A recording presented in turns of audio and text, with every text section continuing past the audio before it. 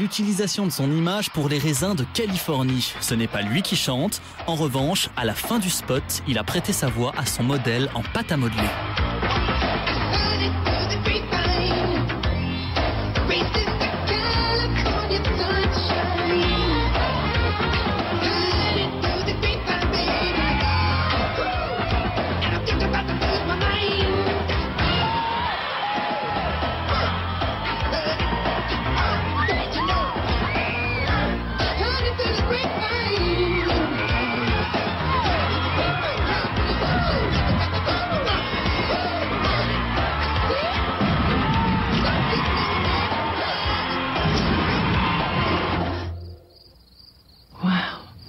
Something to hate.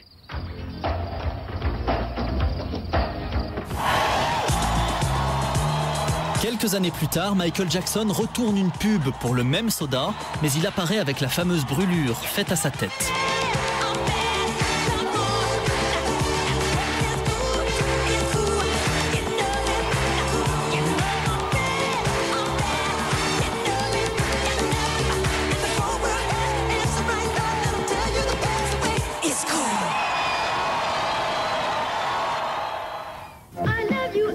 La folie publicitaire et le commerce du nom Jackson avaient démarré dès son enfance. Hey man, what have 5 hands? 10 legs. And 11 alphabets letters. You don't know? The Jackson 5. That's us. And that's no job. I love you alphabet. It's got 8 vitamins. Tell the world. Delicious. I love you so.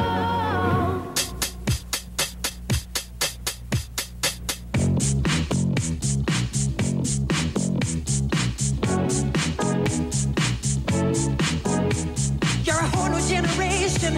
You're dancing through the day. You're grabbing for the magic on the run.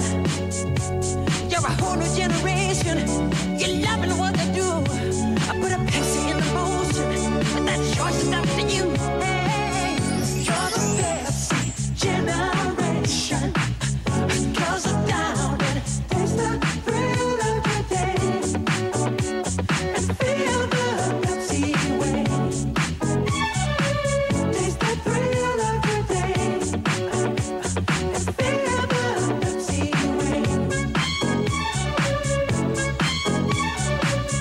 You're a whole new generation. You're a whole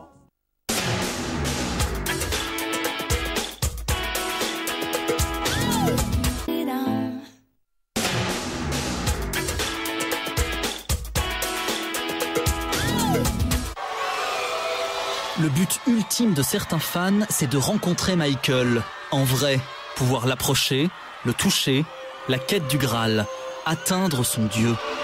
Oui, j'ai cherché plusieurs fois, oui. Je le suivais, oui, bien sûr, oui. Ah ben, on se renseigne, on a les cercles de fans avec qui on a des relations. Donc oui, je l'ai déjà rencontré à Disney, enfin rencontré, aperçu. Pour assister au concert, oui, j'ai dormi devant le Parc des Princes. Et j'étais au premier rang, parce que je voulais être au premier rang pour les concerts. Bah en fait, en quelque sorte, il nous récompense finalement quand il nous fait un petit coucou, quand il jette des autographes. On va parfois même en pèlerinage. On n'hésite pas non plus à prendre d'assaut le sanctuaire, mi-maison, mi-parc d'attractions, Neverland. Mais quelle est la véritable histoire de ce lieu ?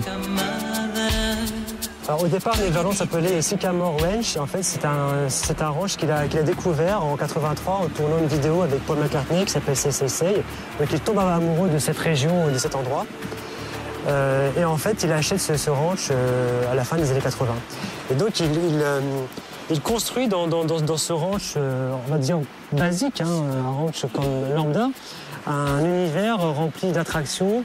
Et notamment, il y a un théâtre, une salle de cinéma privée dans laquelle on retrouve évidemment une salle privée, mais aussi des salles aménagées comme des chambres pour pouvoir accueillir des enfants qui sont victimes de maladies incurables et qui peuvent passer du temps à Neverland et donc passer de bons moments en pouvant profiter de l'enfance qu'ils ne peuvent pas avoir.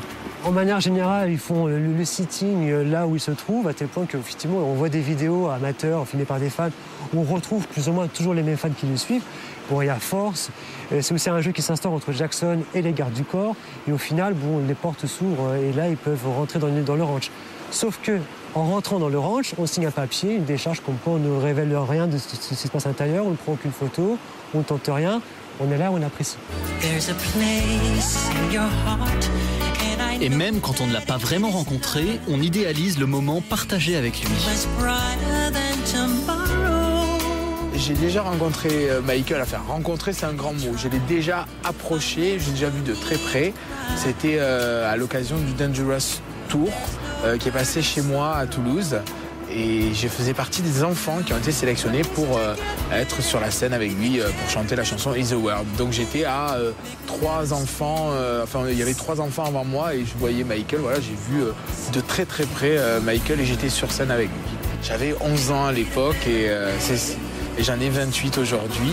C'est ce qui marque le début du passage du jeune garçon qui aime bien Michael à vraiment, après cette rencontre, on va dire le fan, vraiment le fan. Elle aussi a rêvé de rencontrer Michael Jackson. Céline Lavaille, une fan immodérée de la star. Étudiante le jour, la nuit, elle peint des tableaux avec pour seule source d'inspiration Michael Jackson. Elle va même réaliser son rêve, montrer ses tableaux à son sujet. J'ai cassé ma tirelire, j'ai pris une chambre d'hôtel, dans son hôtel. Voilà. À 17 ans, je vous laisse imaginer le trou que ça fait dans le budget. Et j'ai insisté, j'ai fait le pied de grue, j'ai essayé de voir un petit peu son staff, voir qui travaillait avec lui, essayer de discuter. Et puis j'ai fait passer mes dessins en me disant bon, ça atterrira entre ses mains ou pas.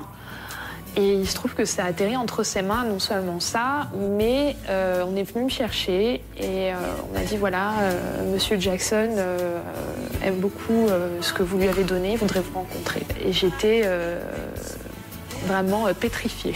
Puis il s'est mis à applaudir très très fort comme ça. Moi j'étais comme ça, je me suis dit qu'est-ce qui m'arrive? Et puis il s'est exclamé, il m'a dit mais il faut absolument que tu continues, c'est fantastique, je veux voir plus de choses. 5 minutes plus tard, une personne de son staff est venue, m'a tendu un petit papier en disant ben voilà, c'est le numéro de l'assistante de Monsieur Jackson. Tableaux, livres, sculptures, Michael Jackson était un collectionneur d'art. C'est quelqu'un qui avait une grande culture et qui en fait était très passionné notamment par les livres d'art. D'ailleurs, il s'était renseigné,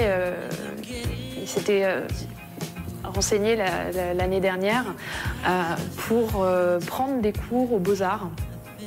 Et moi, c'est quelque chose qui m'avait frappée dans nos rencontres et dans nos rendez-vous, c'est qu'il avait déjà, en autodidacte, une connaissance incroyable des peintres, des mouvements, des techniques.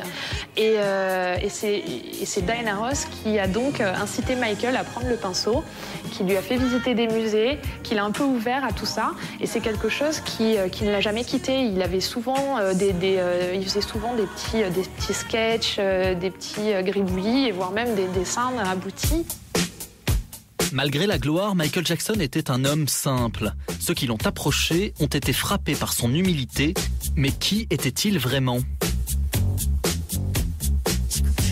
L'image que j'en garde, c'est de quelqu'un de normal, au milieu de gens normaux, portant des bermudas, des t-shirts un peu pendants, quelqu'un qui faisait des conversations avec ses techniciens, ses caméramans normalement, quelqu'un de très incisif, mais jamais énervé, jamais en colère, jamais toujours concret. J'avoue que j'ai jamais rencontré quelqu'un qui avait cette aura, et en même temps, quelqu'un qui reste